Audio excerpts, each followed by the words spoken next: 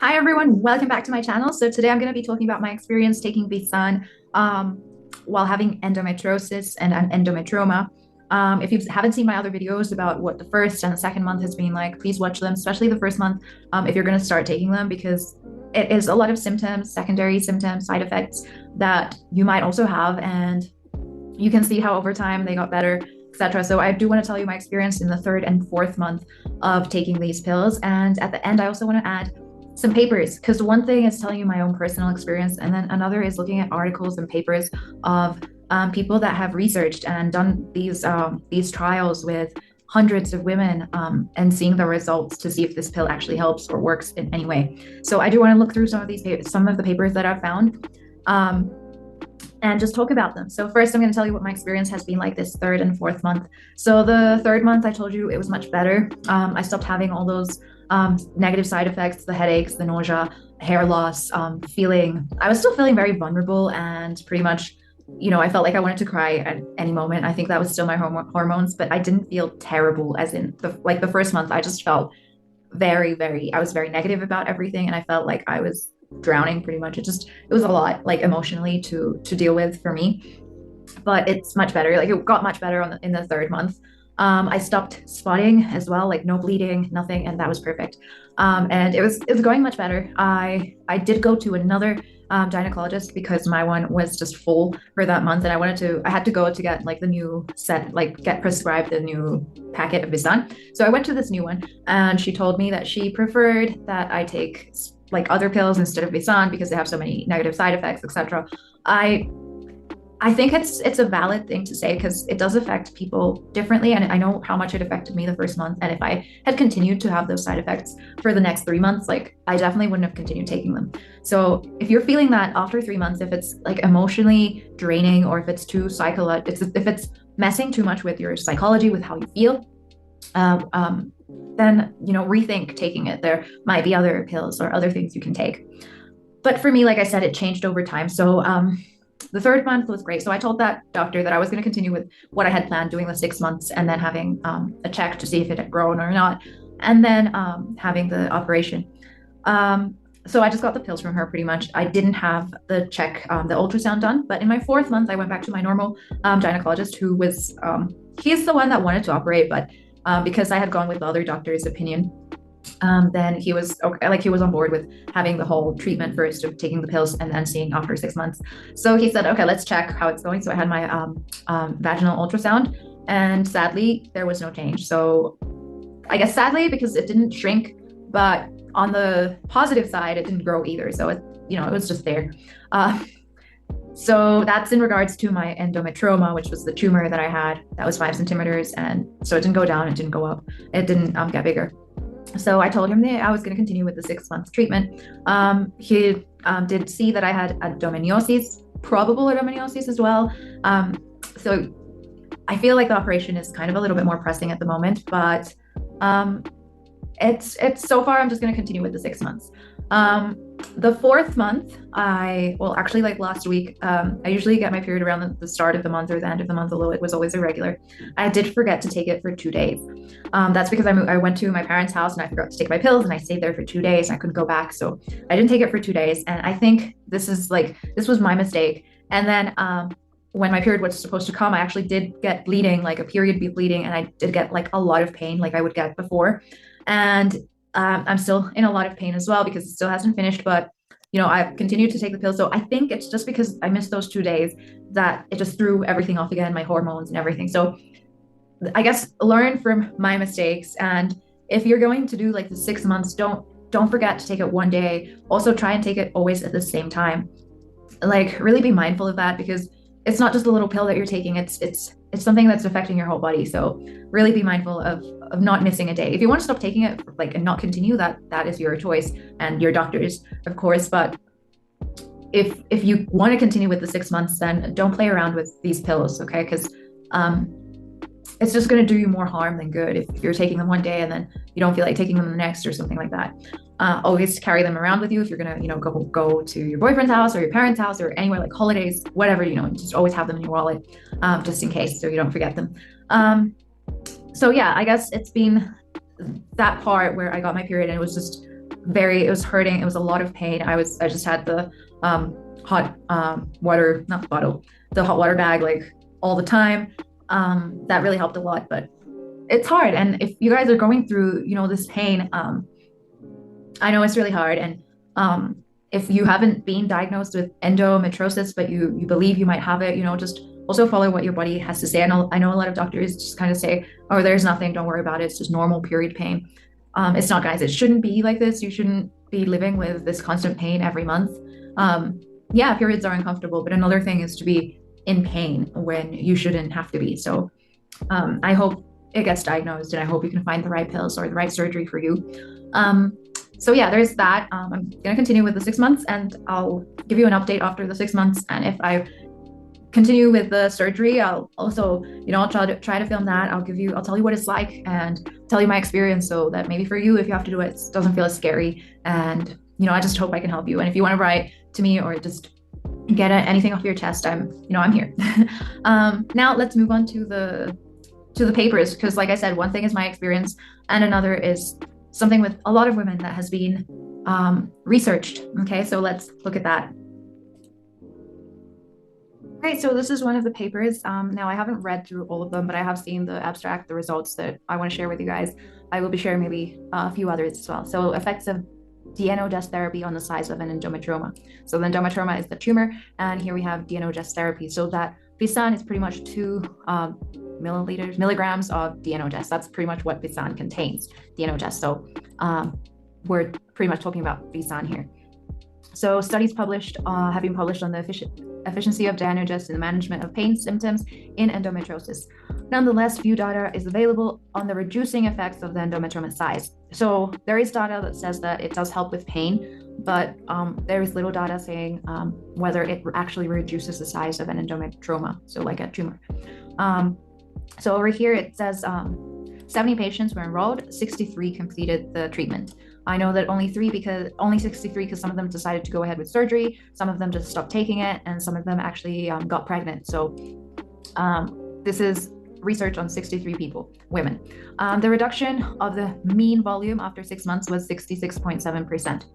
So for more than half, I think, after 6 months, it did reduce. We do want to see how big the endometrioma was and how much it reduced, so we'll look into that. 58 patients completed a 12-month treatment. The reduction of the mean volume after 12 months was 76%. So after 12 months, reduction was actually around 10% higher. Dysmenorrhea showed 74% reduction after 6 months and 96 after 12. So heavy bleeding reduced a lot after the year. So that 96, that's pretty much, that's almost 100. So it definitely could probably reduce that. Patients reported a reduction in dyspareunia. I'm sorry if I'm saying these words totally wrong. And chronic pelvic pain. So that's 42 and 48% after 6 months, and 51 and 59 after the 12 months. So this one didn't reduce it for, like, it was not very high, but it seems like it did help around half of the participants. So it says that DNO-gest, in other words, visanne, leads to statistically significant reduction in the volume of the tumor, endometrioma, and the pain symptoms. So that looks like a good outcome. Just to look at the results here and what the actual volume of the endometrioma was, I wanted to read. So the mean reduction of the volume of the endometriomas after 12 months was 76 compared to the baseline, for a mean volume of 24 ml. So the maximum diameter for this was 37 millimeters. So the endometrioma was 37 millimeters. So it wasn't 5 centimeters, it was 3.7 centimeters pretty much. So it didn't go over 4. And it says that after these months, the maximum diameter was 19. Like the average diameter was 19. The mean maximum diameter was 19. So it went from 37 millimeters to 19 millimeters. So from 3.7 centimeters to 1.9 centimeters. That's actually quite a big difference. I wonder if an endometrioma is bigger, like 5 or 6 or 8, if that can also reduce it. But, well, this is 12 months, so that is a whole year. But it looks like the results were pretty promising for this research with 63 people. That's one of them. Let's move on to another one. All right, so this is another one that I wanted to talk about. It's the modification of endometrioma size during hormone therapy containing dienogest. So remember, visanne has 2 milligrams of dienogest. That's pretty much what it is. So hormone therapy is pretty much visanne. I'm not sure if they actually used visanne in this one, but it has dienogest. So let's look at the results here. It says it was to evaluate whether hormone therapy containing dienogest is effective in reducing the endometrioma size. It was conducted on 116 women with an endometrioma, which was evaluated after 6 and 12 months of either no treatment or hormonal therapy. So they did 46 women that didn't take the pill, visanne, for example, and 70 women that did take dienogest, the visanne pill, for example.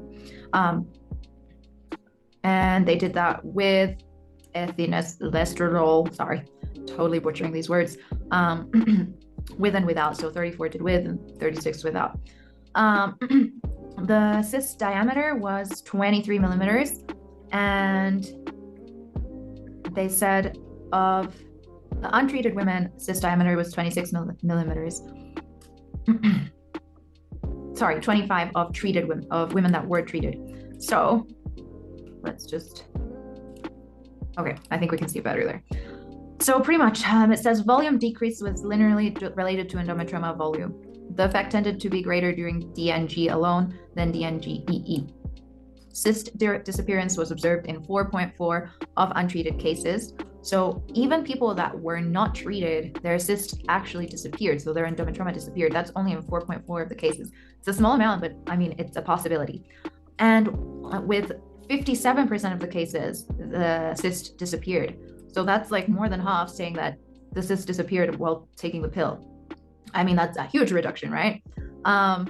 So the cysts that they had weren't very big because it's only 2 centimeters. So I haven't been able to find a research where they do this therapy, this hormone therapy of taking visanne or a pill that contains dienogest where the endometrioma is maybe more than 6 centimeters or 5. Most of them go up to 4. So that's something to keep in mind. But they all do sound promising.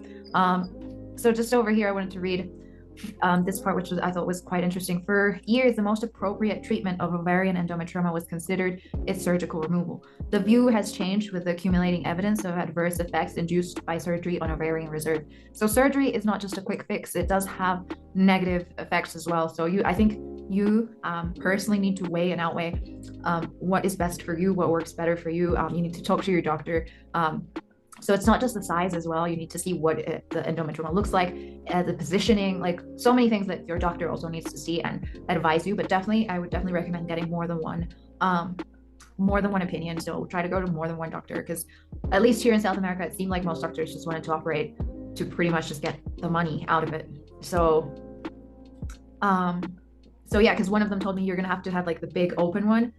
And then I realized that he was telling me to do that because that's the type of operation that he does. And then I went to another one and he said, you need the laparoscopic one because that's the best one. And then I realized he was like an expert doing those. And it just seemed like each one was kind of like pulling me towards what they could operate or what they could do and just getting money out of it. So definitely get more than one opinion from trusted doctors if you can. Here it says high rate of endometrioma reoccurrence after its removal, 21.5% and 40 to 50 at 2 and 5 years respectively. So after 5 years, it's very likely 40 to 50% that the endometrioma might grow again.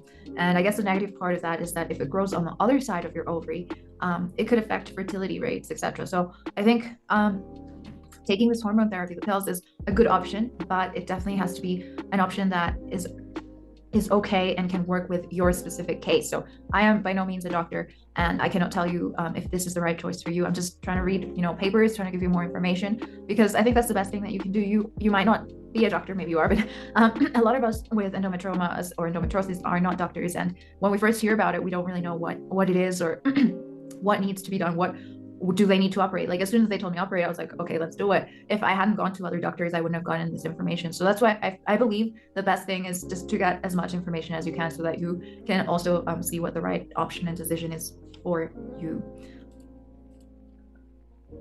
All right, so here we're going to talk about another one, dienogest or norethindrone. Sorry if I'm just pronouncing this terribly. acetate for the treatment of ovarian endometriomas. Can we avoid surgery? So in this research, they pretty much put women, 135 women, symptomatic women who were diagnosed with ovarian endometriomas through ultrasounds. So they did an ultrasound, they found an endometrioma, and they hadn't received surgery. And they gave them, half of the women were given DNODES, so that's what visanne contains, and the other half were given this other pill that is called norethindrone. What they found is that a reduction in ovarian endometrioma size was observed during treatment in both groups. So both of them had a reduction with no significant differences between group D and N. D is the DNODES one, the visanne one. Endometriosis related symptoms decreased in both groups, but the decrease was significantly higher in group D. So people that were taking DNODES had a higher decrease in symptoms than the people that were taking the other one. Both 6 and 12-month treatment. Regarding drug tolerability, uterine bleeding, spotting, and weight gain were reported more frequent by women in group N. So women that were taking the other pill, not the one DNODES that is contained in visanne, they actually had more spotting, more bleeding, more weight gain for both the 12 and 6 months. So it appears that both of them reduced the size of endometriomas, but the DNODES had better results with symptoms. So, I mean, that's another positive outlook. I'm just gonna stop sharing. All right, so for all the research that I found, it seems very positive, but they are looking at endometriomas that are smaller. Like I said, talk to your doctor, get as much information as you can, and I hope this journey goes well for you. And if you have any questions or anything at all, just let me know and I'm here to help. I will see you soon with my next update of how it's going, how the pill is going after 6 months, and I'll let you know when my operation will be and how that will work. I will see you soon, guys. Have a great day. Bye.